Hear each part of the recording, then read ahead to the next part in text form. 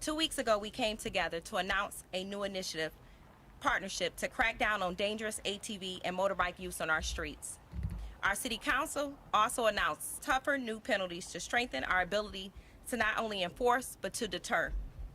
As you will hear later in this press conference, this is not about stopping young people from having fun. We understand the excitement about being out of our homes, enjoying the city that we all love. This is about ensuring that we are all able to work, live, and play safely. To anyone engaging in this careless and foolish behavior, I want to be very clear. That was your warning. There won't be another. These vehicles are not toys, and our streets are not your playground.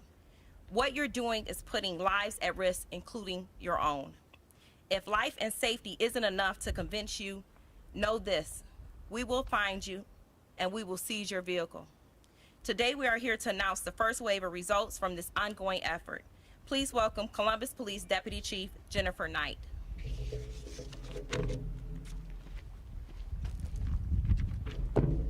Thank you, Assistant Chief Potts. I want to thank everyone for being here today to discuss how we're addressing the safety issue that's impacting not only Columbus neighborhoods, but the neighborhoods of surrounding jurisdictions and the safety of everyone on our streets. We worked closely with the surrounding agencies last weekend to address the hundreds of complaints we've received from citizens and motorists about ATVs and dirt bikes driving recklessly in our neighborhoods and on our streets. Councilmember Mitch Brown and City Council supported these efforts by passing emergency legislation that substantially increased fines. We said we would no longer tolerate this type of lawlessness, and we made good on that promise, and I'm here to share some stats from our operation last weekend. 11 people were arrested or summoned, 11 ATVs or dirt bikes were impounded and seized, 2 stolen ATVs or dirt bikes were recovered, 5 firearms were recovered, and there were multiple misdemeanor and felony charges levied against the offenders, and that is not the end of it. Some additional highlights: a juvenile on a dirt bike fled from officers after abandoning the bike and was later apprehended. He had a loaded firearm on his person. A large group of reckless riders refused to stop for officers and later on struck an innocent motorist, causing a large injury accident that shut down West Broad. One of those riders fled from responding officers and we recovered his bike. Another was riding a stolen dirt bike. While we made several apprehensions, we also have video evidence of others that fled from police. And we are investigating these offenses and are now asking the community to help us identify these individuals that have been lawlessly putting everyone at risk on our roadways. We'll be releasing video and photos later today to the community so we can get their assistance in identifying the individuals that we plan on charging. I'm going to turn this over now to Chief Deputy Gilbert.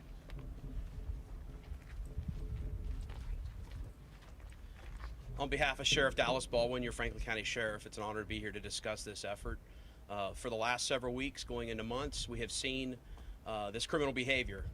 These ATVs and dirt bikes are operating in a very reckless manner.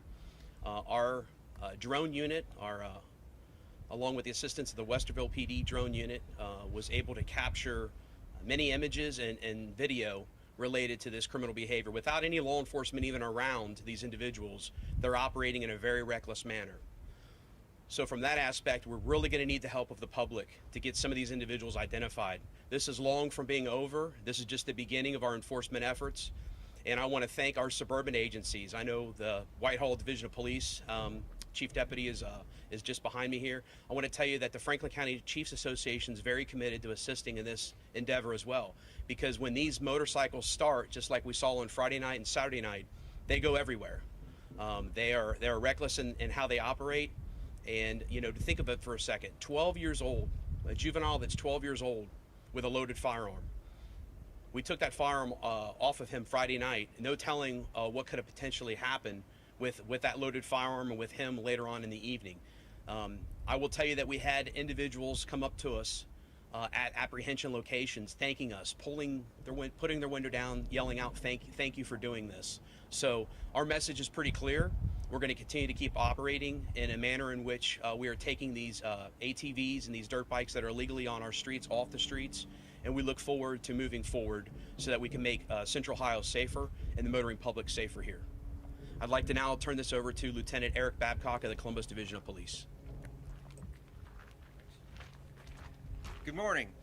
I represent the investigative portion of this investigation. We are merely support under the leadership of Chief Knight. This is primarily a patrol function. We are coming in to process the evidence as it comes in and identify suspects. Our desire is to file charges after we've identified those suspects. And as Chief Potts stated, just because these individuals got away from us the other night doesn't mean they're going to get away with it. So our desire is to follow through and hold those accountable who are violating our streets and engaging in lawlessness. Thank you.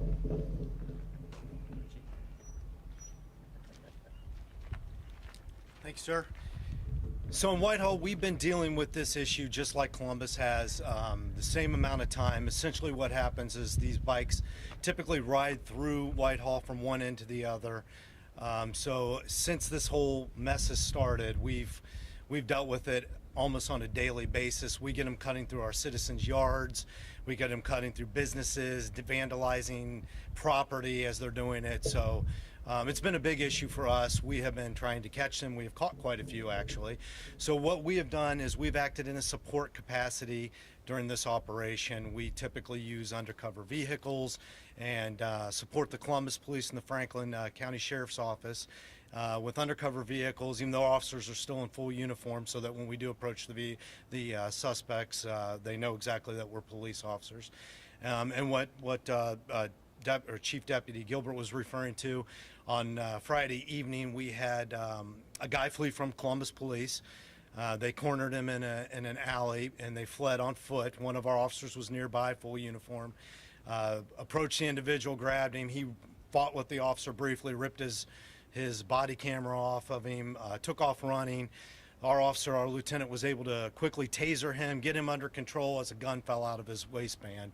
He was a 14-year-old kid.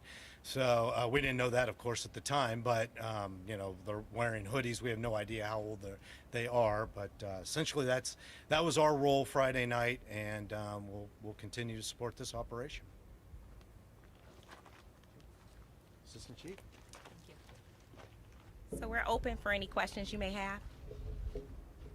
Deputy Chief Kelso, can I ask, especially in this situation with your lieutenant, just how dangerous that situation potentially could have been? I mean, I know you guys are out there for ATVs riding on the streets, but when it ends in a situation like that, I'm just wondering what's going through your head. You know, I think most people out there would agree that situation ended the absolute best it possibly could have. Had that gun come out earlier, had he been able to grab that gun during the struggle, we might have had another juvenile shot, which is the absolute last thing that any of us up here, any police officer in Franklin County wants. We're trying to end these situations before anything like that can happen.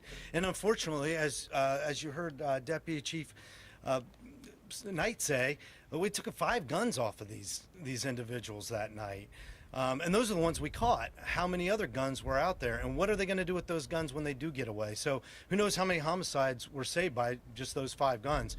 So to us, that is the absolute best thing that could have possibly happened. Yeah, it was a taser, but that's 5 seconds. Nobody was hurt. The juvenile wasn't hurt. The officers weren't hurt. So it's the best thing we could have done.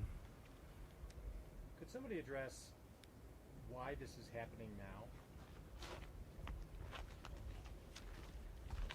You want us to address why the initiative is happening now? No, why are we seeing this problem with illegal off-road vehicles on the streets? Well, one of the things we understand is that COVID had people cooped up in the house all year, and people are just doing things to get out of the house. And we're not discouraging our citizens to engage in legal activity. We want them to enjoy the city that we all love. However, we must do it responsibly. And when we're engaging in activity with illegal ATVs, when we're using dirt bikes, when we're rolling over people's grasses, when we're armed, utilizing reckless behavior, we're sending a message here that we're not going to tolerate it. And like he said, we had 5 guns, one which was a juvenile. we understand that Columbus is seeing an increase in gun violence. And so for us, this was a win for this division. It was a win for this community, and it was a win for all our local partners who stood with us. Those are 5 guns that could have been used to do something else other than ride an ATV. And so I'm happy with the outcome, and we understand that this was a success. It's not going to end here, and we're going to continue to work collaboratively to increase the safety in not only this community, but the neighboring communities. Do you think that they were also, a lot of this is just in some ways challenging law enforcement to say, hey, we're going to do what we're going to do, come and get us? And we showed them that we will come and get you. And so that is the message that we're sending. We're not going to tolerate this lawless behavior. I'm committed, as well as the chiefs and the sheriffs behind me. We are committed to continuing partnerships that create safety in this community and the neighboring communities around Columbus. Could someone clarify? We heard of a 12-year-old with a gun and a 14-year-old with a gun. Are we talking about 2 little kids, or was there a discrepancy in the age? Yeah, we originally, when we stopped the juvenile, he identified himself as being an 11-year-old. It turns out he was 14. So there was confusion when we first made the apprehension, but he was a 14-year-old. And a 14-year-old Columbus kid? Yes. Or, okay. With a gun? With a gun. Chief, and could you just review a little bit about what you've been seeing on the streets of Columbus, not just downtown, but across the neighborhoods? Give our viewers a chance to see what your people have seen. So thanks to the individuals that have called in some of these complaints in neighborhoods, we're seeing individuals doing donuts in the middle of a street, burnouts, high speeds in neighborhoods with a 25-mile-an-hour speed limit. These are areas where kids are running around. You know, the citizens that live there, their peace has been disturbed by this. They're upset. It's very loud. We'll see complaints come in at 2 or 3 in the morning where these things are drag racing on some of our streets. That is unacceptable. So that's the kind of things that our community is seeing in their neighborhoods. But I think we've all seen the video of the lawlessness where they take over both sides of the street. They run through stoplights. They go through multiple motorists that are around them. They go into head-on traffic. They drive on the sidewalks with these things. So I think we've all seen those videos, but you know, our citizens that live in these communities are being disturbed by this, and they're afraid their children are going to get struck.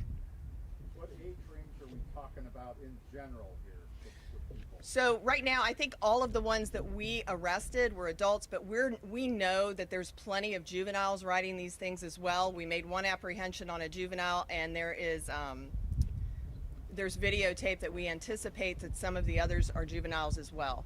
So we absolutely will continue to take enforcement action. This is not the end. This is the very beginning of this. And I'm letting everybody know that if you're out there riding recklessly on our streets with these vehicles, we're going to take your vehicle. We're going to arrest you and take you to jail. A lot of these riders are armed. And that's what, you know, we were finding out is half of the ones that we arrested had weapons on them. So these are things that we definitely need to address. I'm wondering about those guns. Has CPD had a chance yet to run those guns? Do you know if they were stolen or if they've been used in other crimes? Also, I was wondering what kind of charges are these people facing? So I'll answer the gun question first. So we ran them right away to find out if those weapons are stolen. I don't believe any of those are stolen weapons, but it takes longer to run and see if any of those are used in another crime. And we're absolutely following up on that. I think the guns that we took off the street, it matters. Every single gun that we take off the street matters. So especially the one on our 14-year-old. I know what we're all facing with juvenile violent crime right now, and that was a win for everyone to take that young man into custody safely and apprehend him and the weapon.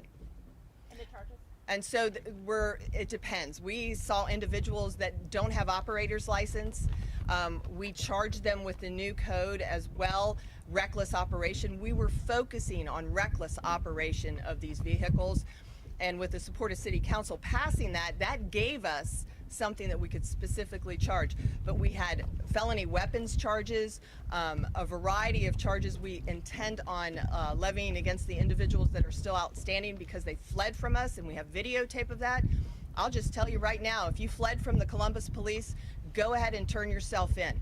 because we're coming to find you, we're going to charge you, and if you turn yourself in now, that's the best case scenario for you. Chief Deputy Gilbert, can I ask you a question? Yes. Chief Deputy Gilbert. Yes.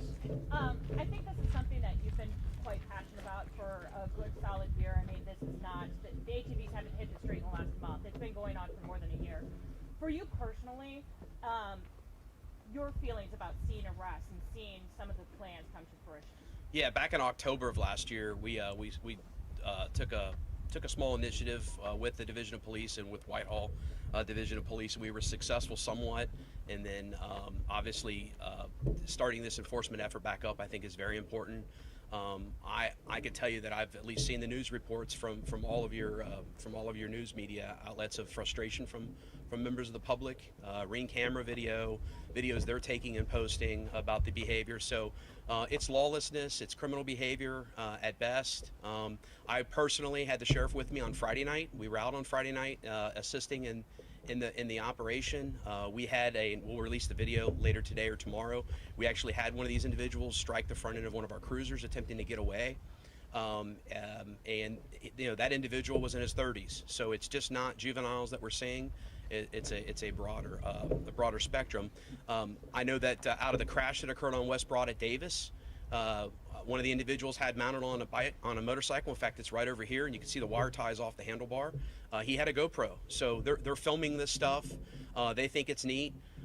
They think it's neat to flee from the police, specifically when they see a single cruiser, not realizing that obviously we've got assets that we're using this operation to not get too much into the tactics, but a lot of time and effort is going into these efforts to try to bring these individuals to justice.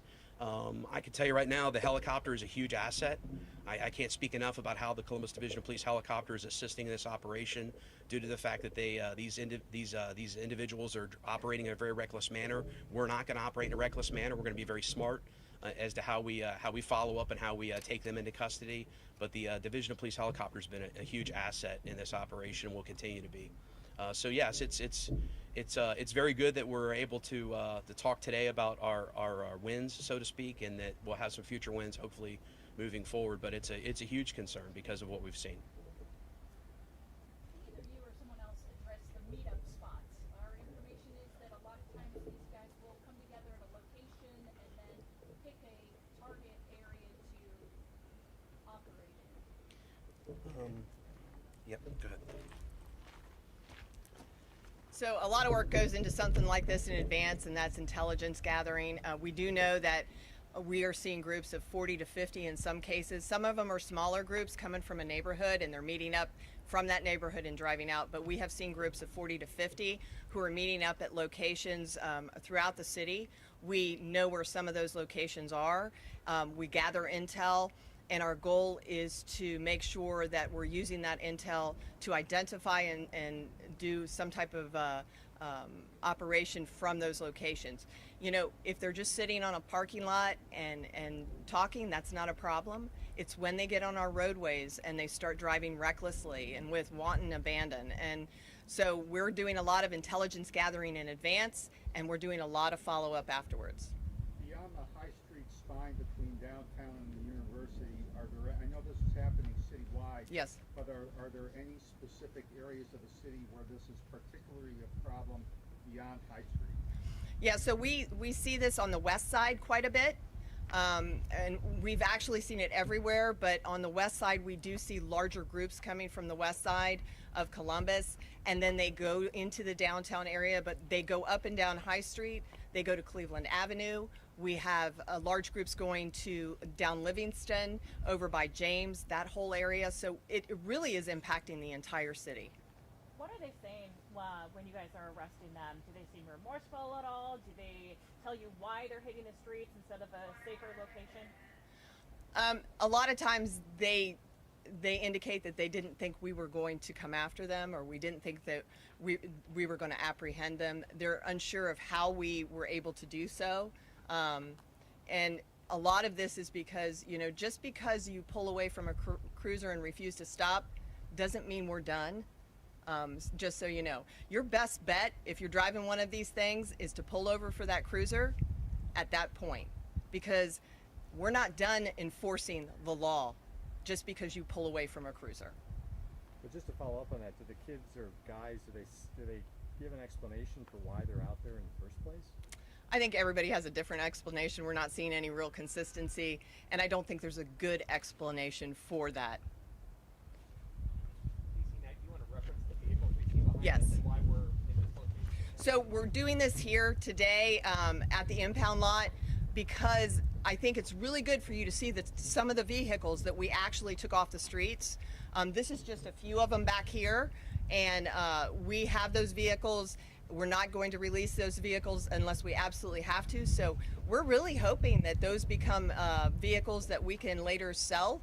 And from the impound sale or something like that. We don't want these individuals to get those vehicles back. So we have a long line of these on the other side of this fence as well, but these are some of the vehicles we took off the street. If you look at these vehicles, some of these vehicles are not street legal. They're absolutely dangerous to even have anywhere. So they're not licensed in most cases, although some of these are. And these vehicles, in some cases, we had 2 stolen. So some of these are stolen from somebody else. So we were able to recover someone's property during this operation as well. 11 seized, you said? Yeah, we had 11 taken off the street and seized. I will tell you, we have a lot more individuals right now that we are seeking to identify, and we will take those as well. What are the other ones around the corner? Are they previous?